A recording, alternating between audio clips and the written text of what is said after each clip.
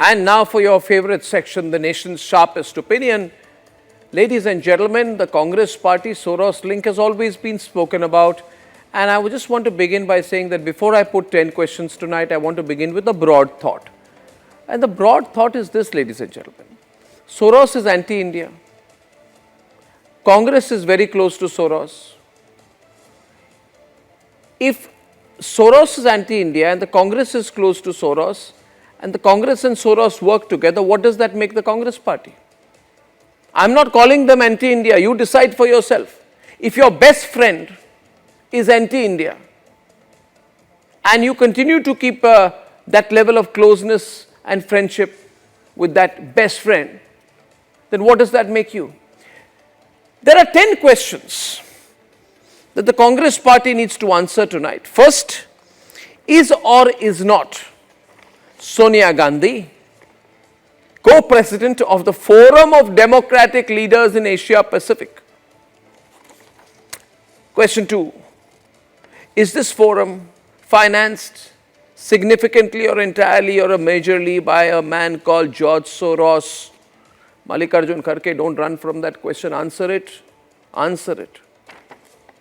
Third, is this forum of the view, this forum of which Sonia Gandhi is the co-president, is this forum of which Sonia Gandhi is the co-president of the view that Kashmir is not an integral part of India? And has this forum of which Sonia Gandhi is the co-president via the Pakistanis cheered and campaigned for the idea of Kashmir as an independent nation? You see, Mallikarjun Kharge and Shashi Tharoor, as the elder statesmen of the Congress party, you are trying to protect the party leadership from these questions.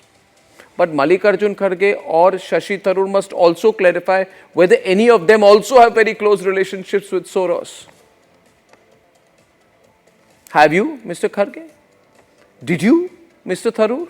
The nation wants to know. Question number 4.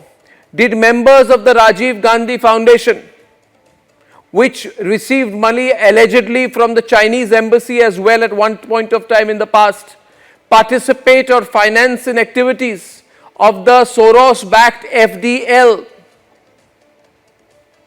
These are specific questions, no running away from this. Question number 5, since the Congress is now aware of the Soros and the American deep state connections, what did the Congress party do, if anything, to distance itself from the activities of the FDL and the Soros organizations? The presumption in all of this is Soros is anti-India, and it's a good presumption to make. If Soros is anti-India and this is what the Congress is doing, what does this make the Congress? Question number 6, did the Congress know that their Adani script was written by the OCCRP, which has direct financing from the American deep state and the American government? Question number 7, did the Congress know that the Pegasus script as well, which was also written and co-written by the OCCRP and published with their name on it, also has financing from the eventual source of the American government State Department? And if they knew and they didn't tell us anything about it, why were they hiding it? Which brings me to question number 8, ladies and gentlemen. Was the Congress therefore an instrument in the deep state activity of the US and the Soros regime change attempts and operations in India? Question number 9, unrelated but related, was a former additional Solicitor General who was in that post in the Congress regime also running an organization directly or indirectly or through family links or otherwise that received funds from Soros sources? Jairam Ramesh, will you do a press conference on that as well? And question number 10 this evening, and this is the whodunit question, viewers. Now let me start with a little story here. When Narendra Modi became Prime Minister of India for the first time in 2014, there was one Congress MP who was wanting to switch over to the BJP. Still tried for 10 years, is still trying. Almost jumped over on a couple of occasions, and some BJP leaders made allegations to that effect. This person went to New York went to Washington, not as part of the official tour of Narendra Modi when he went for Madison, but all around to give the impression to the American deep state that he is still part of the ruling establishment in India. This man or woman, as the case may be, I am not revealing the identity, is a pure 1000% opportunist. And I believe, according to my sources, this person who I am not naming has very strong Soros connections. Who is this MP? Which is my question number 10.